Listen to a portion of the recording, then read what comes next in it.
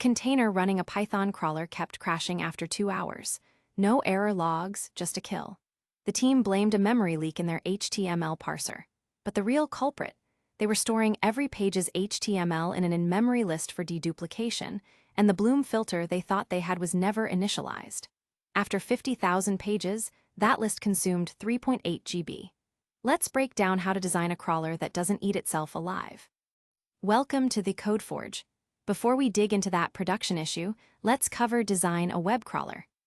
A web crawler is like a librarian cataloging every book in a city.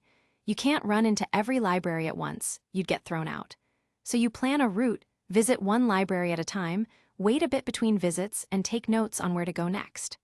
A web crawler does the same. It politely visits websites, waits between requests, and follows links to discover new pages.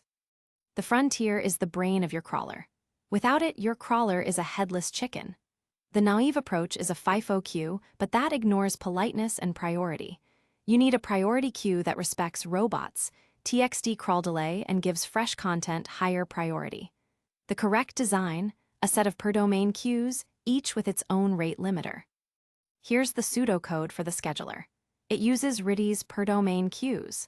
The scheduler picks the domain with the oldest last crawl time that has waited at least the crawl delay. If a domain isn't ready, it pushes it back with an updated score. This ensures you never exceed the delay for any domain. Politeness is the single most important aspect of a production crawler. Ignore it and you'll get IP banned, blocked by Cloudflare, or sued. The fix, per-domain token bucket. Each domain gets a bucket with capacity 1 and refill rate equals 1 crawl delay. Workers acquire a token before fetching. Here's the per-domain token bucket rate limiter. It lazily creates a bucket for each domain with capacity 1 and refill rate based on the crawl delay. The acquire method blocks until a token is available, ensuring you never exceed the delay. Without deduplication, your crawler will fetch the same page thousands of times. The naive approach is a hash set of all seen URLs, but that doesn't scale. Use a Bloom filter combined with a Retries set. Check the Bloom filter first. If it says the URL might exist, verify with Retries. This reduces Retries memory usage by 99%. Here's the deduplication code. The isDuplicate method first checks the Bloom filter. If it might contain the URL, it checks the Retries set to confirm. The mark-crawled method adds the URL to both structures. A single machine can't crawl the entire web. You need a distributed system. The standard pattern: a master node manages the frontier and assigns work to worker nodes via message queue. Workers fetch pages, parse links, and send discovered URLs back to the master. This decouples workers and allows easy scaling. Here's the master and worker pseudocode. The master publishes URLs to the to-crawl queue. Workers consume, fetch the page, parse links, and publish discovered URLs to the discovered queue. If a worker crashes, the message is requeued. Modern websites are SPAs that load content via JavaScript. A simple HTTP GET returns an empty shell. You need a headless browser like Puppeteer, but only as a fallback. First, try a regular fetch. If the page contains no meaningful content, then render with a headless browser. Use a pool of browsers to reuse contexts. Here's the fallback function. It first tries a plain HTTP fetch. If the HTML has meaningful content, it returns it. Otherwise, it uses a headless browser from a pool to render the page. The web is unreliable. Your crawler must handle errors gracefully. Implement exponential backoff with jitter.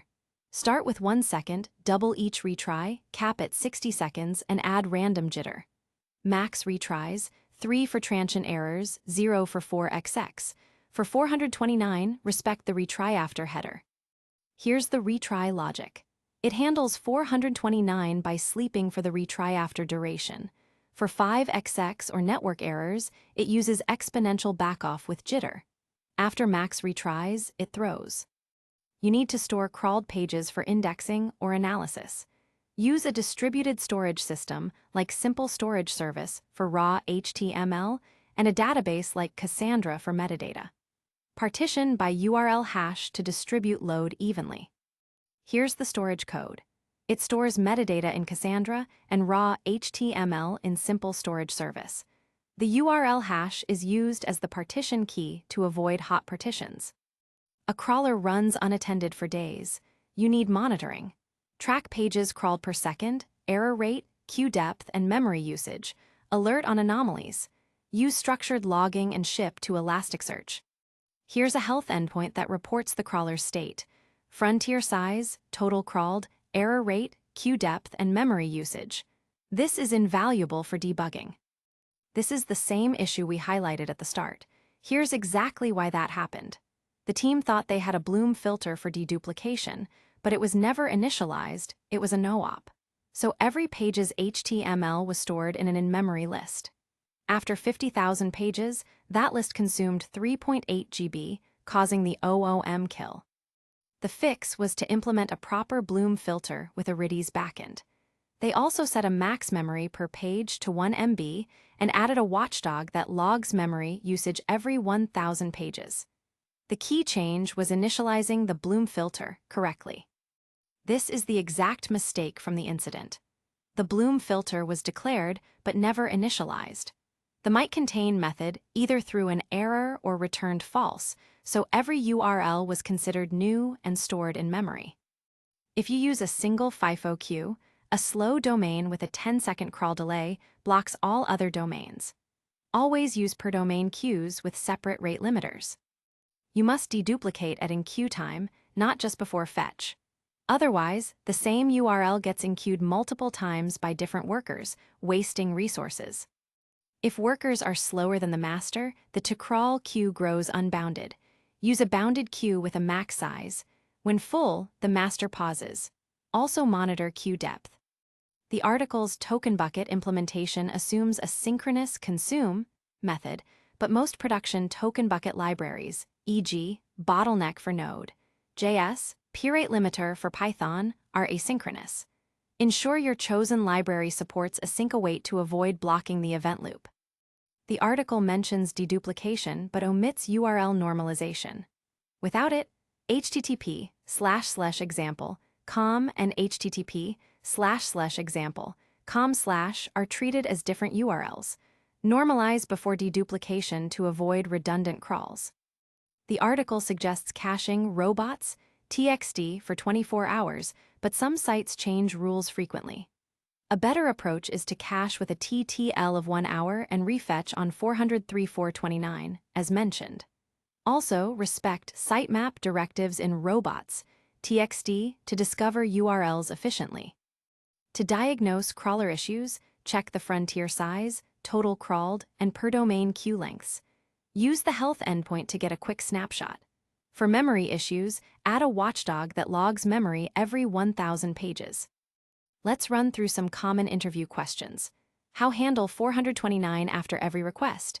Use proxy pool to rotate IPs, verify per IP rate limits. Bloom filter versus Retries set. Bloom for memory, Retries for correctness, combine both. Infinite calendar URL. Detect patterns, limit URLs per pattern, set max crawl depth. And a few frequently asked questions.